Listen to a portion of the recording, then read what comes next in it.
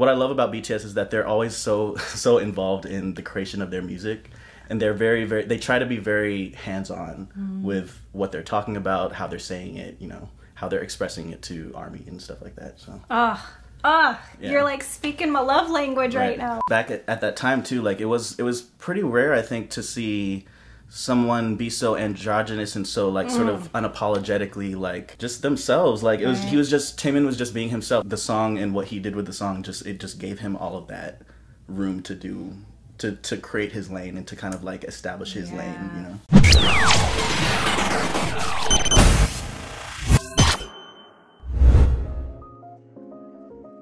Welcome back to the channel. My name is Brooke Morrison. I am a digital host based out of Los Angeles, and I'm here with a guest who I'm really excited about, actually. It's ADN. My name is ADN Lewis. I'm a producer, singer, songwriter from Maryland. I work in K-pop a lot, and I have done a lot of K-pop songs. Well, most notably, I did Taemin's Move. I've done NCT Boom. I did BTS Inner Child with V.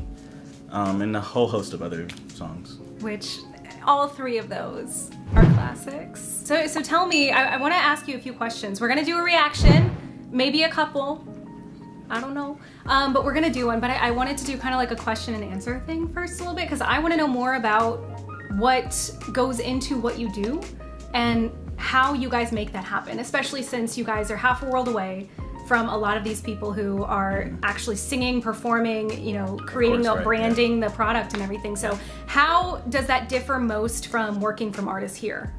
Honestly, it's not too much different because of the advent of the internet now. Like, you know, everything is done through email and like Zoom and that type of stuff. But I think the biggest difference is just that we're writing the songs in English because, you know, we don't speak Korean. Right. So when we're writing the songs, we're writing them in English, and it's usually like sort of more of like an outline of what the song is gonna be. A lot of times it's more like an outline. Yeah. And then we'll send it to the label, and the label will give us their notes and stuff. Hey, can you change this? Can you make this a little different or whatever? Or maybe can you change the chorus, give it a different concept or whatever, and then they'll send it back to us. We'll make the revisions, and it'll kind of be more of a back and forth. Whereas I think when writing songs for artists here in America or in the West, it's a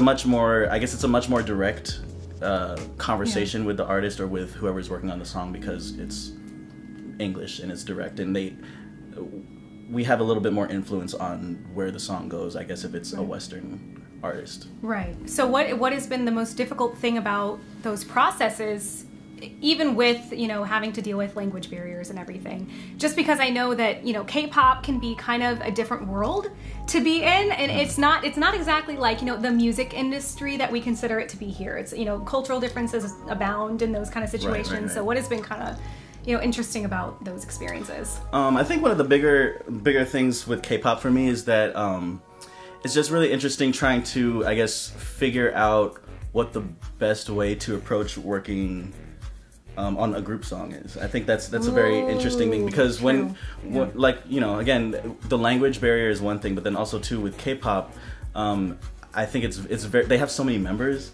It's so important to like make sure that you're thinking about each member and like who can do what, and like what type of artist is this member. Like, are they a rapper? Are they a rap singer? Are they just a singer? Do they have a high voice? Do they have a low voice? Like, you know, that type of stuff. True. And I think that is almost a little bit more important with K-pop than it is with Western music, because of just the connection with the visual and just the connection that each member sort of has with the song in K-pop. Like, you have to think a lot about the visual aspect of it, because they're going to do a video for it most likely, right? Or they're going to be performing it on stage. So you need to kind of think about, can this person sing this that high when they're dancing around and doing all the moves and stuff like that? I didn't know you guys actually took that into consideration. You know, you don't always do. Like, we don't always do that, depending on like if it's a very specific thing. Like if we're working, if we get a brief, which a brief is like when a label sends out like, hey, we're trying to get some songs for NCT or whatever. That's a brief. It's so fancy. Yeah. If we work on like a brief for NCT, we have to think about like, okay, what is each member going to be doing? They have a lot of rappers. Do they have, you know, do they are they going to be rapping hard? Is it going to be like sing rapping? And can they do this on stage? Is it going to be weird if they're in the video doing this? Like that type of stuff. Whereas I think in Western stuff, I don't really think about that as often. That's true. That's true. That's a good point to make. Because I think also too, Western groups tend to be a little bit. They have a little less variation, I think, as far as the members. I think K-pop, they tend to put. Again, they put like rappers with singers and people that can sing high and falsetto with people that sing really low. So you have to really think about the variety and try to work to that. Whereas with Western stuff, it's not as much variety. A lot of the Western groups tend to sound very similar to each other to blend well. Ooh, very interesting. That's really interesting. And that actually brings me to something that I wanted to know about you working with V and RM. Because V has a very deep voice compared to the rest of BTS and compared to a lot of people in any industry. He has a very unique tone too compared to the rest of BTS as well. Yeah, so what was that like, working with not only them two, but writing the song in general? That was a very interesting one actually, because we didn't work directly with V and RM. Yeah. It was more of so that song, I worked on it with Cool Kid, Alice Mia, and Arcades. And we started that song in LA here, like during a summer when Arcades and Cool Kid were visiting LA. And we kind of like went in and just sort of did like, the outline of the song. It was a very guitar-based song initially. And then from there, we kind of all just went our separate ways. And then the label was contacting us back and forth, kind of trying to figure out like, okay, how can we change this? How can we make this more stadium? Like what can we add to this to make it bigger and make it more BTS, that type of stuff. So, nice. But RM and V, especially RM, he writes a lot of BTS's lyrics. Like he does a lot of the English, translations to the lyrics. Right. So, what I love about BTS is that they're always so involved in the creation of their music.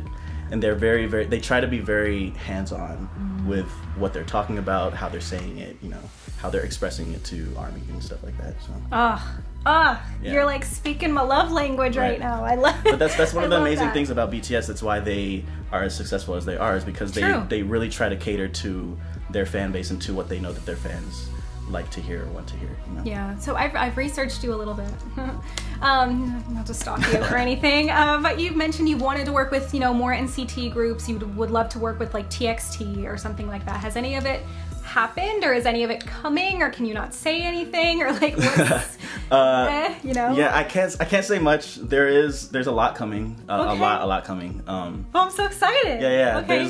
There's some stuff that I've really been wanting to do for a while, and there's some stuff that I didn't think about before that I'm also very excited to work on. So I'm just not allowed to say really much about it because like I'll be sent to send me to jail K-pop jail. Yeah, the K-pop assassins will come find me and they will eliminate me.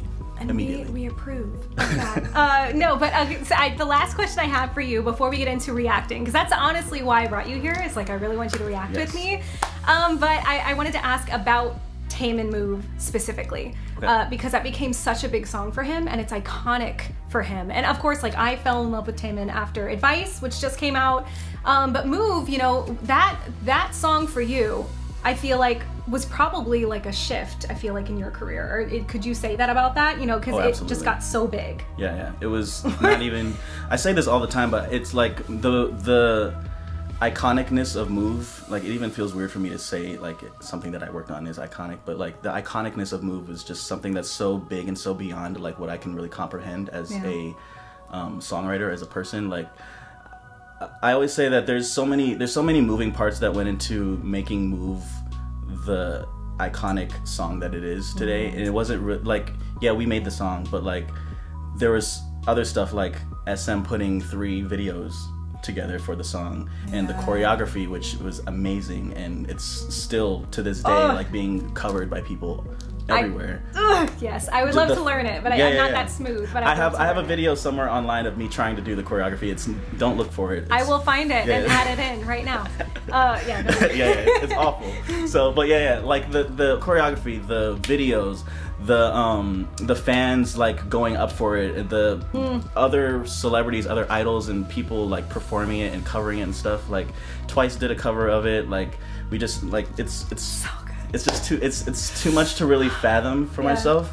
So whenever I think about Move, or whenever I hear people talk about how iconic Move is. Like it's almost like I'm sitting there agreeing and feeling it the same, because I'm so detached from the way that it got so big. You know, like when you write something in your bedroom and it's kind of just like, oh, this is just this song that I really like, and it's you know, like it's hard to just sort of conceptualize it getting to the point where like millions and millions of people are, you know, they're dancing to it and singing along to it and streaming it and stuff. Yeah, it's crazy because I came to it late, and even I know, like back in 2017 when it came out, that probably shook the world, like shook the K-pop universe. And what the even better thing about it too was back at that time too, like it was pretty rare, I think, to see someone be so androgynous and so like sort of unapologetically like just themselves. Like it was Taemin was just being himself. He was being sexy, he was being sultry, he was being smooth, and I think